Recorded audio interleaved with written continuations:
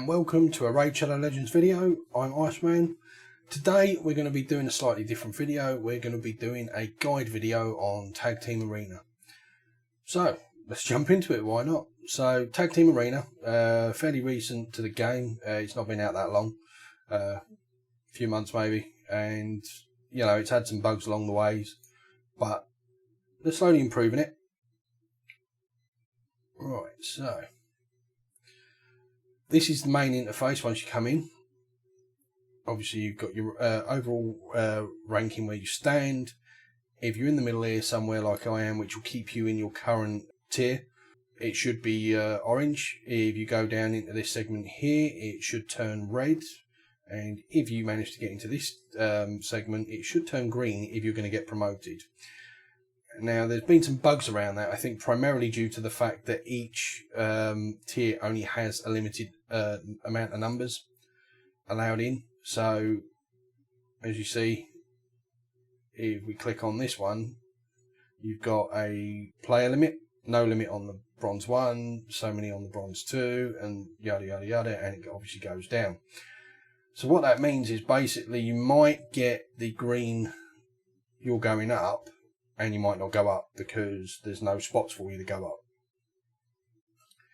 Plarium are currently working on this. They're trying to get it fixed so that if it goes green, it's because you will go up, so you know. But currently, at the date this video was filmed, I believe it's a question of just because it's green doesn't mean you will go up. I've not actually come across that myself yet, but that's my understanding. So, obviously, we've got multiple tiers. You've got just like the normal arena, you've got 4 bronzes, 4 silvers, and 4 golds. There is no platinum tier for this currently. Now, one of the main currencies you use and obtain through doing the Tag Team Arena are gold bars. And as you can see, each week when you finish in a certain tier, you get this amount of gold bars. Now, obviously, you get gold bars per fight anyway. But obviously, the higher tier you are in, the higher league, the more gold bars you get at the end of each week. And if you look here, it actually tells you how many gold bars I think you get per fight, if you manage to win all 3 fights. But we're going to go and take a look at that in just a second. Obviously, there's a 10,000 player limit on this one, 7,500, so on and so on. I must admit, I really wish they'd change this to a percentage of the player base. It just means that, you know, if you're eligible and if you're right, if you're doing well enough, you should be able to progress. You know, you shouldn't be stuck in silver just because the ones above you are full. It's kind of a bit of a crappy, sucky way to do it, really. But we'll see how it goes. I mean, I'm not quite good enough to be moving up that much yet anyway, so for me it's kind of neither here nor there, but for those that are good enough at it, it really is going to matter and it really is going to make a difference. So if we look at the windows here on the left, so we've got the battle window. If I click on this, obviously it brings up your battles, available battles. If we click on the battle log, it brings up your defense and your attack. Now, I've lost both my defensive battles. I've only been attacked twice in the last 24 hours. Not good. If you bring up your attack one, you can see how many you've won, how many you've lost. As you can see, I'm kind of 50-50, win one, lose one, win one, lose one at the moment. As I say, I am struggling a bit. Some of that's gear, some of it's strategy, some of it's champions, you know, it's the usual mix. It's a work in progress. As I say, it's relatively new out. I've not been spending too much time on it, really concentrating, trying to push myself up. I'm fairly happy with where I'm at. I'd like to get to gold 1, to be honest, if I can, but I'm not putting too much effort into it. Most days I only do the 5 required for my daily. I should maybe try and concentrate on that a little bit more. Then we've got our defence. Now, as you can see, you've got a defence team 1, defence team 2, and a defence team 3, since it's 3v3. So this is a fairly decent setup. Yeah, we're going to take her out. So when you click on taking somebody out, this is the window that appears. a little bit different than what it looked like a minute ago. And from here you can move champions around, swap them into which team you want, take them out entirely. So let's do that here. Obviously your leader is on the left hand side, and it even tells you the aura you get, which is quite nice, so you know for a fact you're doing this right. So I'm going to take out, and we will put in Arbiter. Other than that, I'm using them, all four of them, quite happily. This is a fairly good makeup. And again, this is a fairly good makeup. Could maybe do with swapping Syl over here. So we've got some revives on this team, revives on this team. I don't have any revives on this team. I don't really have. I must admit, that's the only thing I do find a bit annoying about this. It doesn't seem to be the usual option for setting it by rank, which is a bit annoying. I'm just trying to work out how I want to do this. I think I will take him out and put her in. Yeah, it is a real shame that, you know, this isn't done by, it doesn't give you the option as you get with, then you just set it by recent or highest rank or whatever else. Make that a little bit easier at that stage. Here we go, I've had a bit of a play around, so here's my new teams.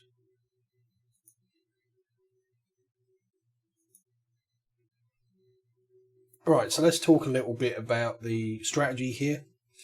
So, with strategy in Tag Team Arena, there's not really, in essence, too much more to it than there is with the basic arena.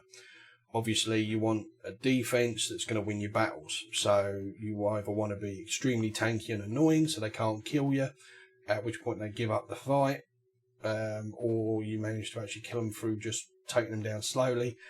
This team's a sort of mixture on that. Obviously, I've got Arbiter for the lead, so it's very fast.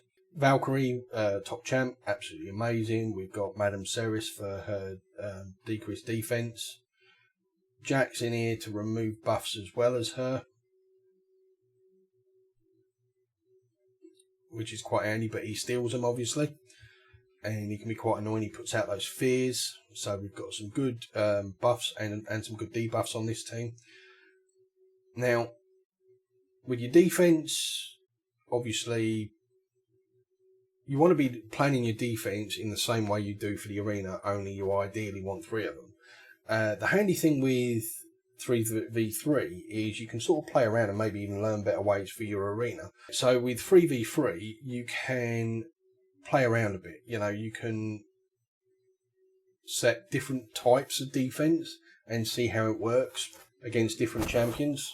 Obviously, you can set speed teams, which, you know, if you've got the chance to do it and you think you're going to win, it's certainly an option to go. So then you'd be leading in with something like your speed lead into a debuffer.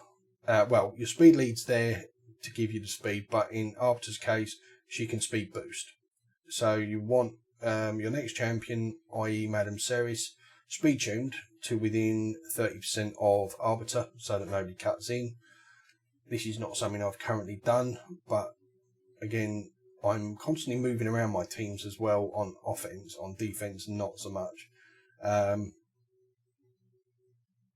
But ideally, yeah, if you're going to go for your nuke strat, speed nuke strat, you want speed lead, speed boost, into your debuff, into some nuking champs. So in fact, I might even change this up for defense. So the way I've done this is we've got nuke, debuff. She should be my next fastest into my 2 nukers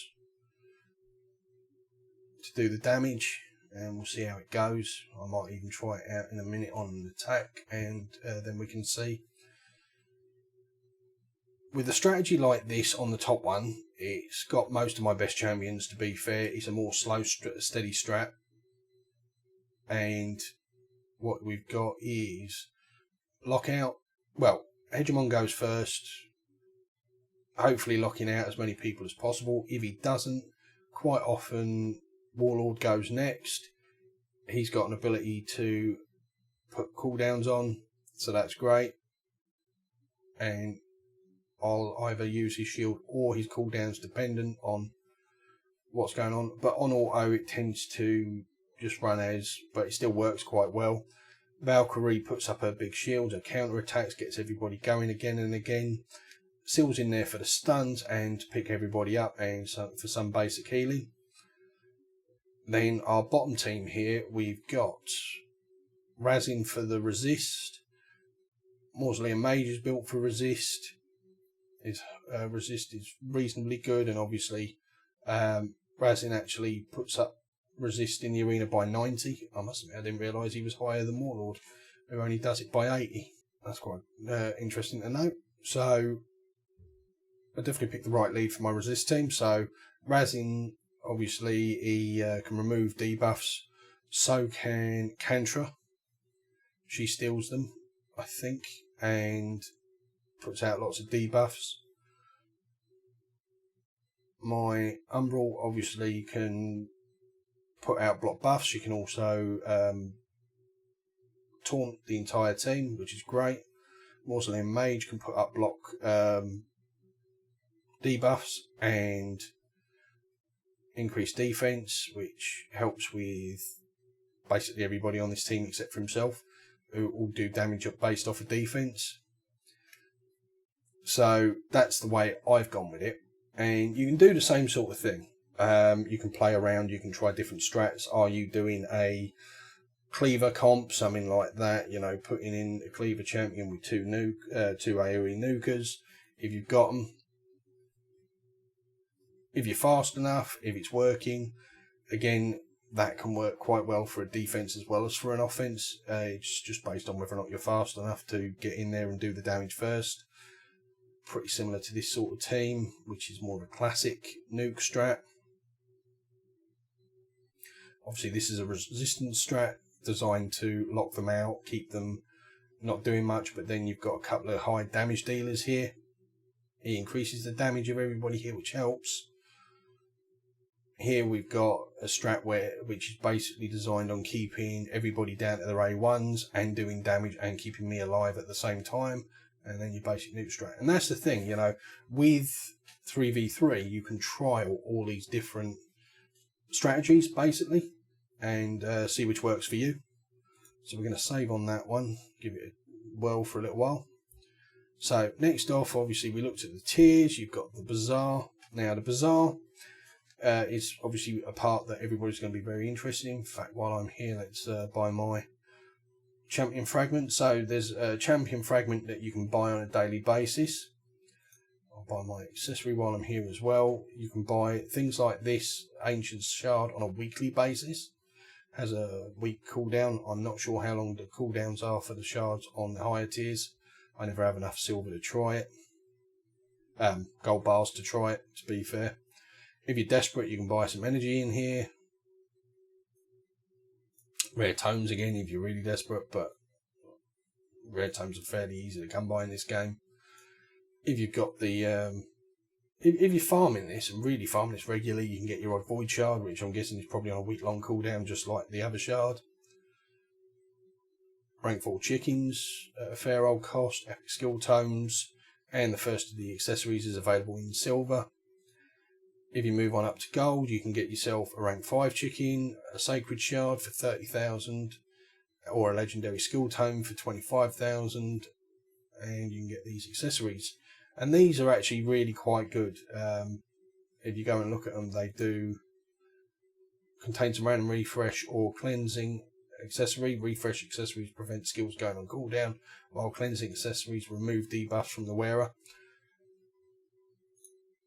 In this slot, you get 5 to 6 star gear. In this one, it's only 4 to 6 star, which, you know, obviously you're better off being here to be farming and getting this gear. It's double the cost of the gold, but then you're also earning more gold for your fights. So that's the main interface on a nutshell, and some basic talk about strategies for defense. Let's go and have a look at offense, shall we? Actually, I'm going to refresh the page and we'll start again. We'll see what I can do. Like I say, I am actually at a stage where I've been struggling a little bit. So, 466, I might be able to manage this one, and I'm tempted to try, but I'm certainly not going to promise that I'll win it. So here we've got our seal, we've got, yeah. So we're going to try moving things around here a little bit and trying something a bit different.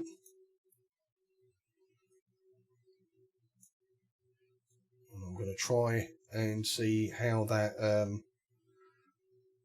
strategy worked on my defense in real time on the offense.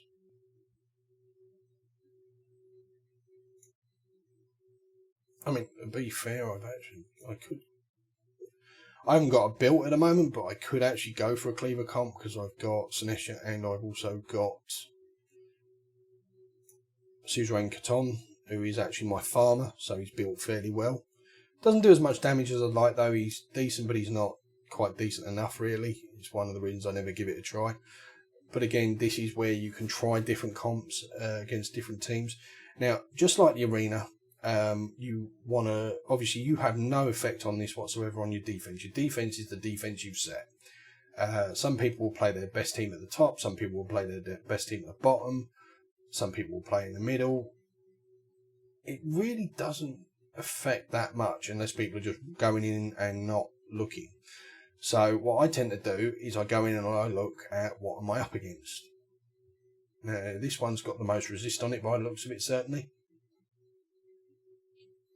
You look at the type of team it is, look at the sort of champions they're using. So they're using blue and green. So ideally you want a mostly blue team here. Or void maybe. Which I don't really have available with the champions I'm currently going to use. This one would actually be quite a good one against them. But then it also works fairly well against them. Let's try this. So he removes buffs. He can remove buffs. So, and they're fairly tanky. Okay, I might try this one against this one then. See how it goes. And that's the thing. Look at each battle and plan accordingly. Don't just go, these are my 3 teams. Hit play. I mean, you can do, but you're not going to get as much success doing so. So if you look at what each team has and what you're going up against, now we've got something a bit more similar. The voids don't really matter, they're neutral. So you've got a green and red. Green and 2 reds. So a bit more similar. He throws out buffs that we want to take off. I've got 2 people that can strip buffs from people. Not a whole team strip buff. I'm currently using her as the defense down here. And the handy thing about using her as the defense down is she's neutral. So, of course, she's not going to get a weak hit. Now, this is a speed team against a speed team. We'll see how it goes. Here we've got, and again, so basically I balance what each team is against and we'll see how it goes. And that's what you should do every time, really, is look at each team you're facing and don't even be afraid. You don't have to use that team versus that team versus that team. You can move champions around as you feel best, suited to face what you're up against.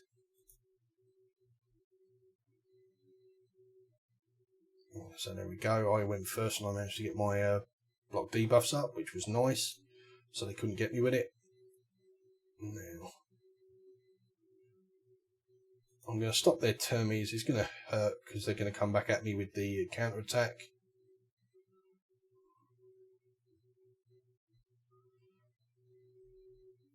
Let's speed this up. Alright, let's get the... So that's 2 of their team down. I'm going to clear those debuffs. Put these debuffs out. See now, as you can see already, we're doing fairly well. because I planned ahead rather than just throwing in any old team to face this team. So you've got to get Tormund down again because he revives himself, which is annoying.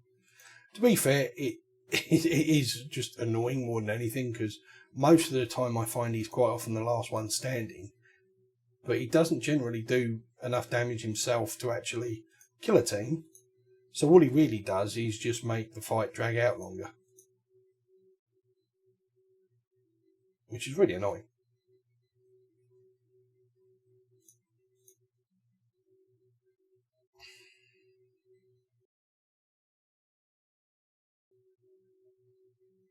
Alright, so that's battle 1-1. Now obviously, ideally you want to win all 3 battles. Depending on the points you're getting for the battles you're doing, you can still win and increase your points by winning 2 out of 3. Obviously, if you lose 2 out of the 3 and only win 1, you're going to lose. But you're not going to lose as many points as you would do. So it's always worth fighting till the end, unless you're not worried about the points, to be honest. Because obviously, even if you only win 1, it just means you're not going to lose as many points. So we've gone for a lockout. That's 3 of them locked out. Stuck on the ray 1s. Get some stuns out.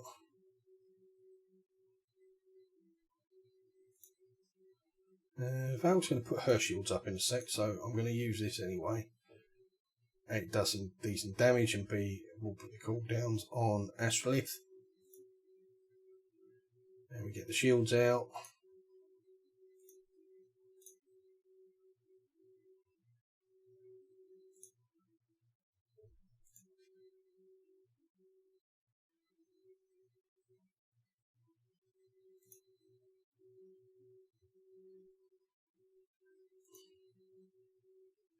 Just chip away at them now until I get them down.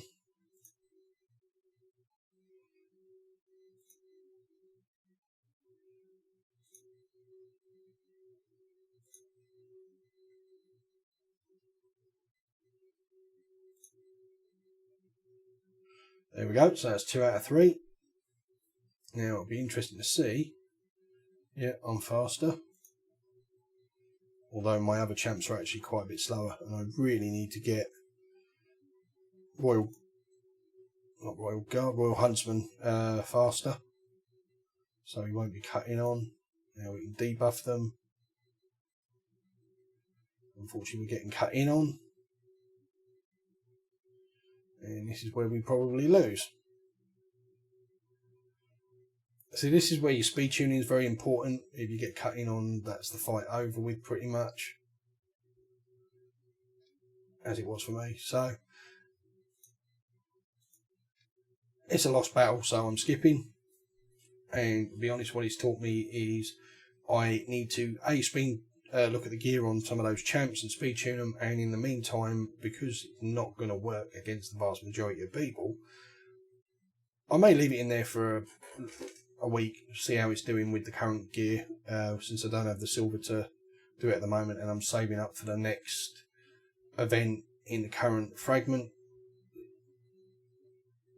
event we've got going on. So I'm saving up silver for that. Then I may look at some of these champs like Royal Huntsman. I may just swap him out for something else. We'll show you one more battle. I'm not against a team that much stronger than me though.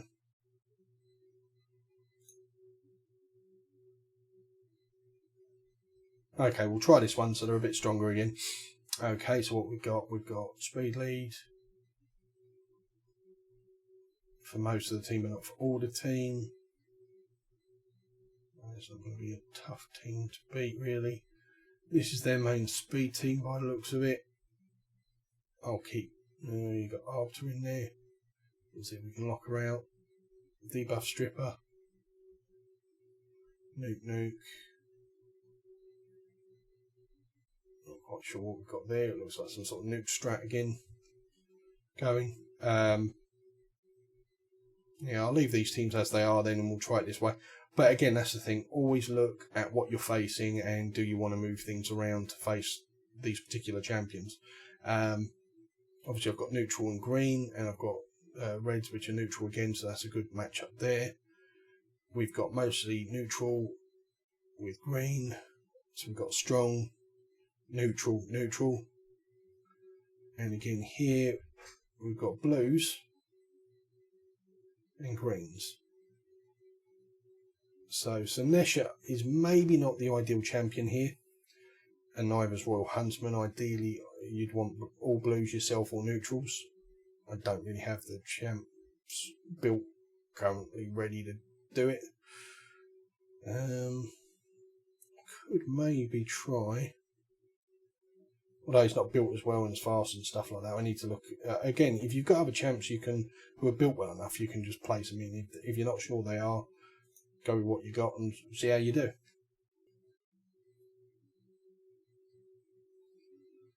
So we lost out on the speed run here.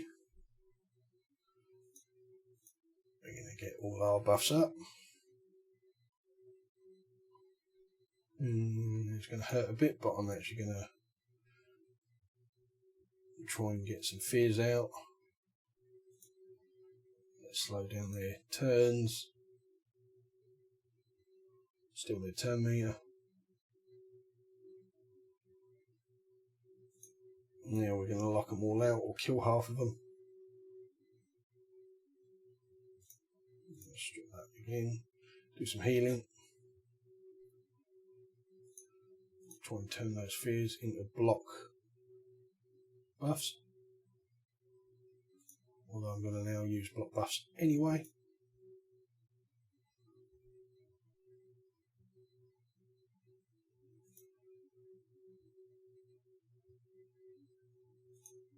See if we can steal that buff and kill her. No. It was worth a try. Quite a bit of health back. Damn it. Let's do some heal, put some buffs up. See if we can do some damage with that. There we go. I do love Umbral. She's a brilliant champ.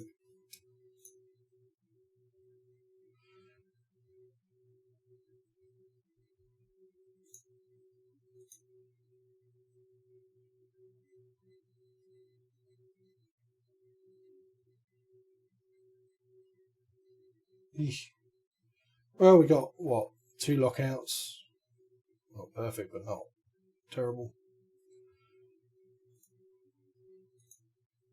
Here we go for Vault Shields. Now we're going to lock out the other 2.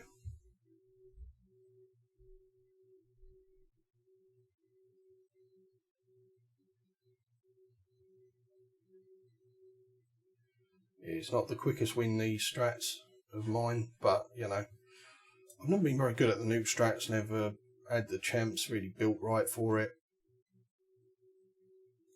and I enjoy a good long fight myself anyway.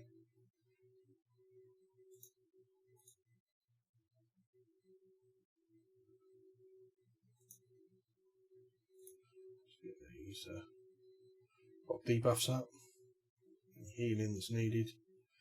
Although with Valkyrie shields and Warlord shields, you're pretty solid here.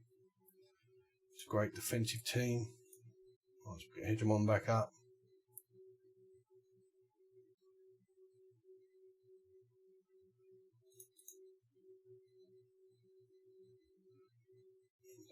Turn meter down. Start working on Arbor to try and get her down before her skills reset and she starts picking people up.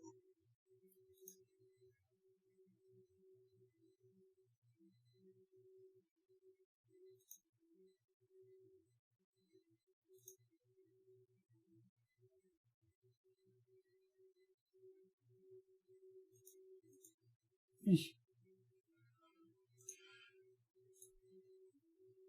Do some damage.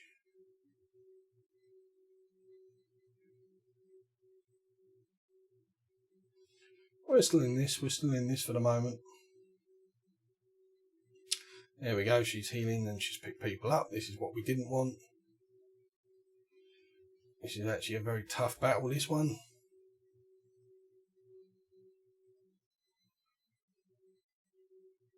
Oof. And there goes our reviver. So chances are this fight's now over. They've actually got a very solid team here. Obviously it shows the power of Madame Ceres. Handy thing is that works even with the block debuffs up. But with no real healing in this team now, they're just going to chip away at me. Warlord can't do enough damage on his own to take these people down, so quite frankly there's no point dragging this out. We're going to skip that battle as lost.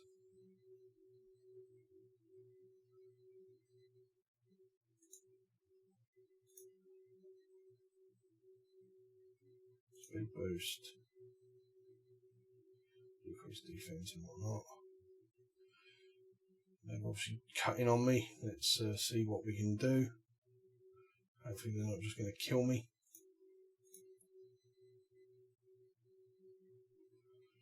Right.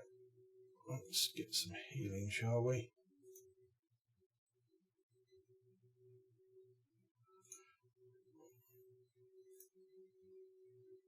There goes Astrolith.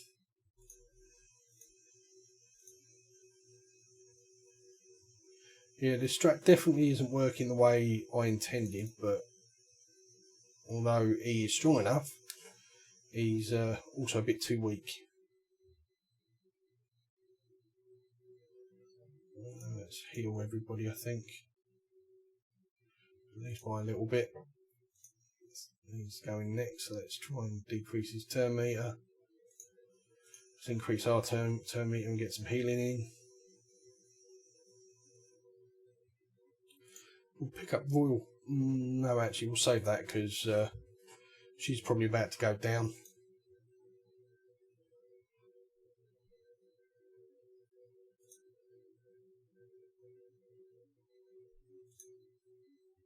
There we go. That's that one down. Now we can pick everybody back up. Get everybody healed a bit and speed boosted. Defense down and attack down on him. Let's get weaken on him. Not that we're really going to need it at this stage, but you know. And there we go. So it did actually work. It wasn't a loss. So we've got 56 gold bars from that, as you can see. And if I tap continue, you'll be able to see what we got score wise.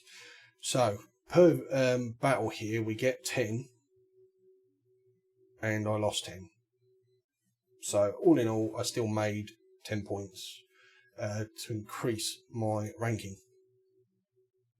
So obviously you do want to be winning all three, you don't want to be losing them, but you can still go up slowly even if you're only winning 2 and losing 1, depending on what is here. Personally, I feel that it should never be a situation where if you've lost 1, you should never lose points. You should always gain a few points at least.